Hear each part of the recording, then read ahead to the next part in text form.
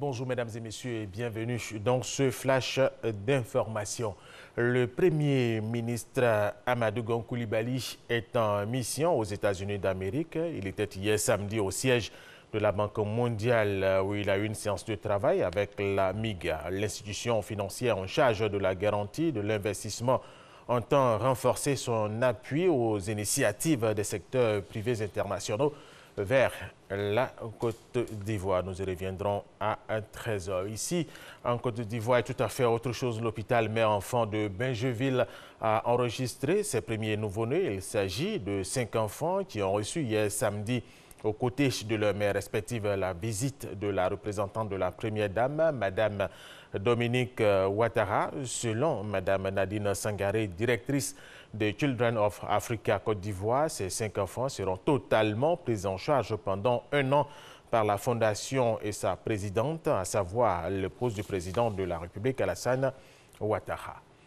La police nationale poursuit son combat contre les incivilités. L'unité de régulation de la circulation a intercepté un véhicule portant l'immatriculation fausse d'un diplomate accrédité en Côte d'Ivoire. Interpellé, il conduira la police à Djamé Mirador sur les traces de ses complices qui géraient un atelier de fabrication de fausses plaques d'immatriculation. Le matériel ont été saisis et ils ont eux-mêmes été appréhendés à Boussanogo. Cette saisie s'inscrit dans le cadre de l'opération de lutte contre les incivilités. Opération qui inclut la lutte contre les plaques banalisées. Cet individu circulait à bord d'un véhicule dans le district d'Abidjan muni d'une fausse plaque d'immatriculation de l'ambassadeur du Burkina Faso accrédité en Côte d'Ivoire. Mais il sera vite interpellé par les éléments de l'unité de régulation de la circulation. Conduit à la préfecture de police d'Abidjan, interrogé sur ces faits, il a dit qu'il a acheté cette plaque d'immatriculation avec un individu. Et c'est seulement un surnom qu'il a donné. On l'a appâté et il est venu à notre rencontre à Cocody, non loin de la gendarmerie, où il a été interpellé. Ce dernier, interrogé sur la provenance de cette fausse plaque d'immatriculation, va coopérer avec la police, qui réussit à mettre la main sur ses complices. Ils seront surpris dans leur atelier de fabrication au moment où ils s'apprêtaient à écouler d'autres plaques d'immatriculation. Leurs matériels sont saisis, ainsi que plusieurs fausses plaques d'immatriculation à Adjamé Mirador. Cette plaque est unique, en tout cas pour le corps diplomatique en Côte d'Ivoire ici. Le 122 représente l'ambassade du Burkina Faso en Côte d'Ivoire.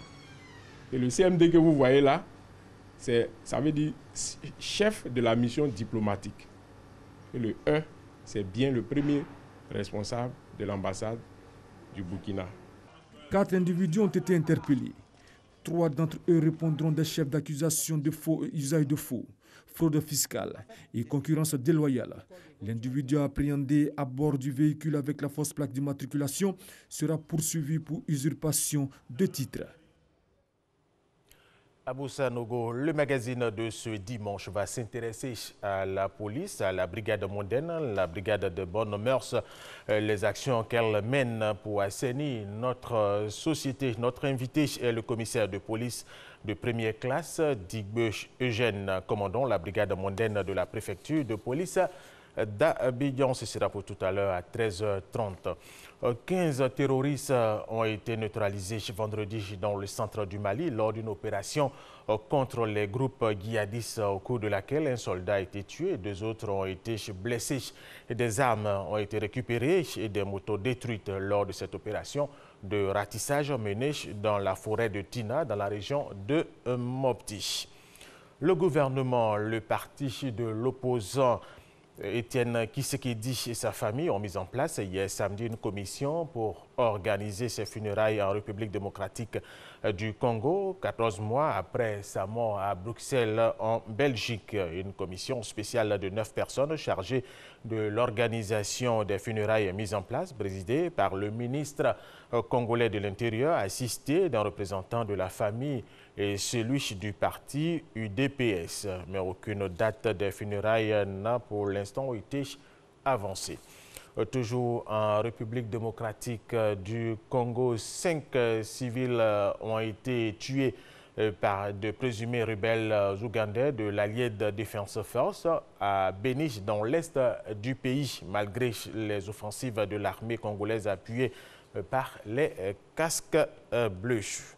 Pour terminer, une personne a été tuée et 16 autres ont été blessés hier samedi à Madagascar dans des affrontements en Tananarive entre les forces de l'ordre et des milliers d'opposants dénonçant de nouvelles lois électorales au cours d'une manifestation interdite par les autorités.